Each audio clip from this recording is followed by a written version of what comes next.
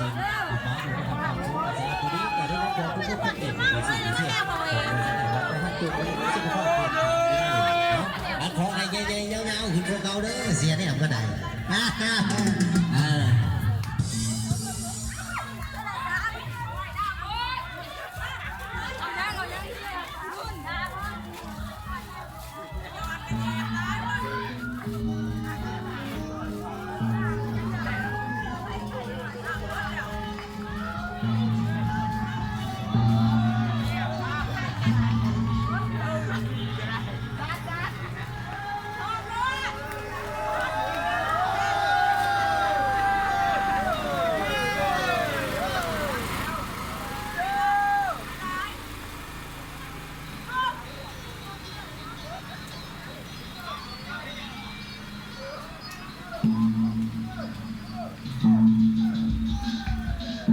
ขบวนพระเวทบ้านท่านย่างวันนี้